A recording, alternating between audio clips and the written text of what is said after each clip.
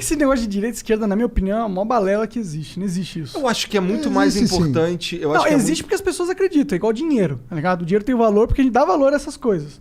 Mas a verdade é que nenhum ser humano é de direita, nenhum ser humano é de esquerda. Não, quer ver? Tem uma forma mais ou menos organizada de ver isso, né? Eu acho que tem três posições políticas que é muito nítido na literatura e que não é invenção de ninguém, é uma literatura de 200 anos que criou... É um padrão que se formou através da experiência humana. Tem o sujeito que acha assim, como todo imposto é uma coisa imposta... É um roubo? Né? Não. Não, esse cidadão no caso, não sei se era isso. Não. Como todo mundo diz, que como tem um imposto é imposto, então não é voluntário, o que o Estado tem que ser mínimo, o menor possível. Ele tem que cuidar do extra básico. Mas o PT acredita nisso? Vamos lá. Calma, deixa ele te explicar, pô. Ah, você tá mandando eu ter calma? Ele não para. Você estamos assistindo ele.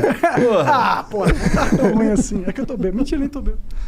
Chega pra lá, me dá uma tapa. Então, o que a gente chama de pensamento liberal, né, que tem uma... Parece simpático, né, vamos dizer assim, é assim, olha, o Estado tem que ser o menor possível. Qual o tamanho do Estado? Você tem que cuidar de algumas coisas. Por exemplo, administração da justiça, segurança pública, diplomacia. Essas são ações típicas de Estado, né?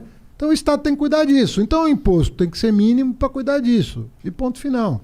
O resto deixa que o mercado resolva. Cuida isso. Esse é o pensamento liberal, clássico. Eu tô deixando bem simplificando um pouquinho para todo mundo entender. Pra gente ter tempo, né? Que se fosse explicar o liberalismo clássico aqui, você dá uma aula de 4 horas pra gente. Um curso. Às vezes você dá um curso inteiro, um semestre, para explicar pro cara o que é o liberalismo. Mas vamos dizer assim, o cara acha assim, um mínimo de imposto para cuidar do básico. Isso é o Estado, o resto a sociedade se organiza. Básico sendo educação, segurança... Não. O liberalismo clássico era bem menos que isso. Não tinha, clássico. Depois disso, apareceu o próprio liberalismo fez algumas concessões, mas daí surgiu o pensamento social-democrata. E o pensamento social-democrata que falou assim, olha, além de segurança pública, diplomacia, defesa do país, administração da justiça, tem outras coisas que deveriam ter caráter, entre aspas, universal. Aí entrou saúde pública universal. Nos Estados Unidos não é universal. Não. Por exemplo, na Inglaterra é. Pode crer. Nos Estados Unidos não é. Então, educação pública universal. E aí tem a disputa. Mas vale para educação superior ou só para básica? Você veja que começa a brincadeira, né, aparecer. Né? Mas até onde vai a educação pública? E o outro, até onde vai a saúde pública? Né? É misto, não é misto? É privado público? Como é que é? E esse é o do intermediário, a segunda opção intermediária. O social-democrata mais assim, radical, ela fala assim, não, saúde e educação tem que ser universais. Como é, por exemplo, no caso da saúde da Inglaterra e no caso da educação da França, da Alemanha, por exemplo. Universal. Você pode fazer faculdade onde você quiser na França, que é o Estado governo que garante. Então, a educação é universal. E aí já começa a briga do liberal com o social-democrata, o liberal querendo restringir a educação básica e a atenção básica na saúde, e o social-democrata querendo puxar mais para o universal. Então já começa aí uma tensãozinha. E tem digamos assim, o socialista, né, que é o cara mais de esquerda, que ele acha que o mercado tem que ser corrigido pela tributação. Como? Ele acha assim, o Monark, descobriu a pólvora aqui, o podcast, milhões de dólares, parabéns, tal, beleza. Bom, entre uma geração e outra, o socialista acha que tem que ter uma correção. E essa correção é tributar a herança. Você acumula a tua grana. Só que você não vai, o Jeff Bezos não vai deixar 40 bilhões de dólares para cada filho. O Estado tem o direito e até o dever de fazer com que o filho do Bezos tenha algum trabalho na vida, né? Não seja um parasita da sociedade.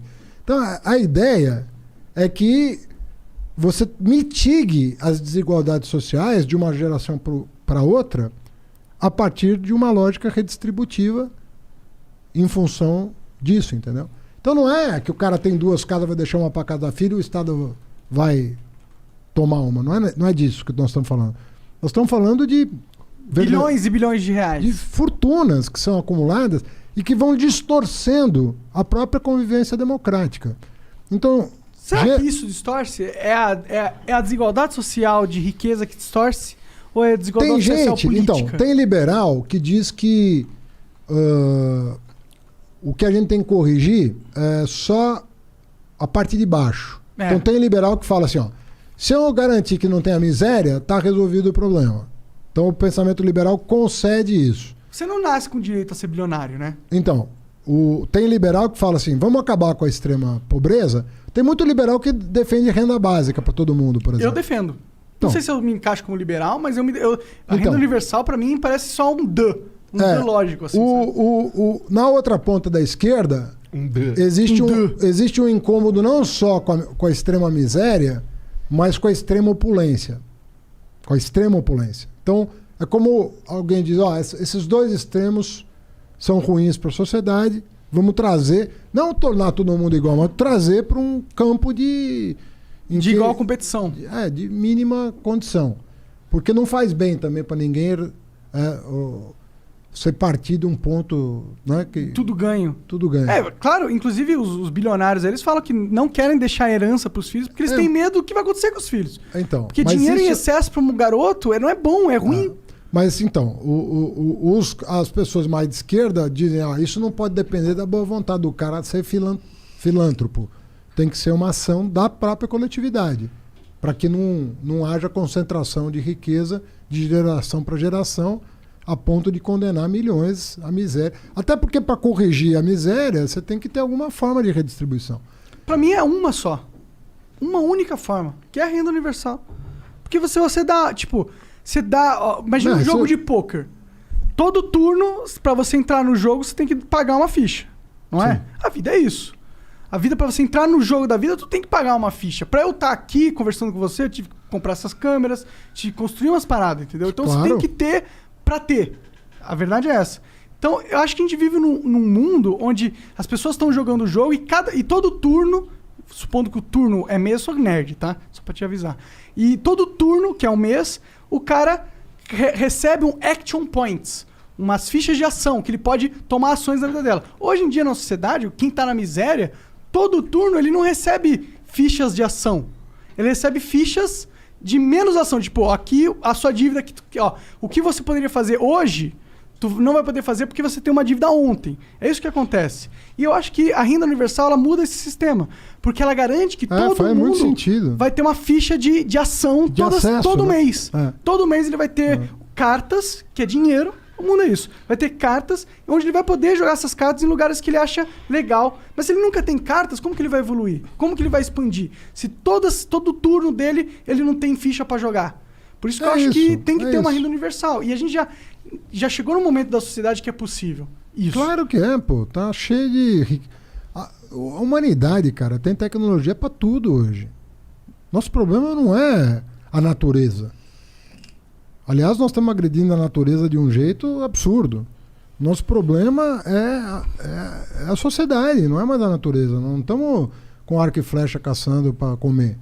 A gente tem tecnologia para tudo. Se a gente pede, a comida ela chega na sua casa quentinha, feita por um chefe. O que está se vendo no mundo é que entre o mais humilde dos cidadãos e o mais opulento, o mais rico dos cidadãos, a distância está aumentando num grau que você fala, uma hora essa corda vai esticar demais. Uma hora quem tá pobre vai falar, mano, só cansei dessa minha vida de merda, vou só matar quem tá de boa. Você percebe? Então, tava lendo ontem, acho que tava lendo, o cara vai fazer, o Jeff Bezos vai fazer um iate de 500 milhões de dólares. Caralho. Isso dá 3 bilhões de reais, cara.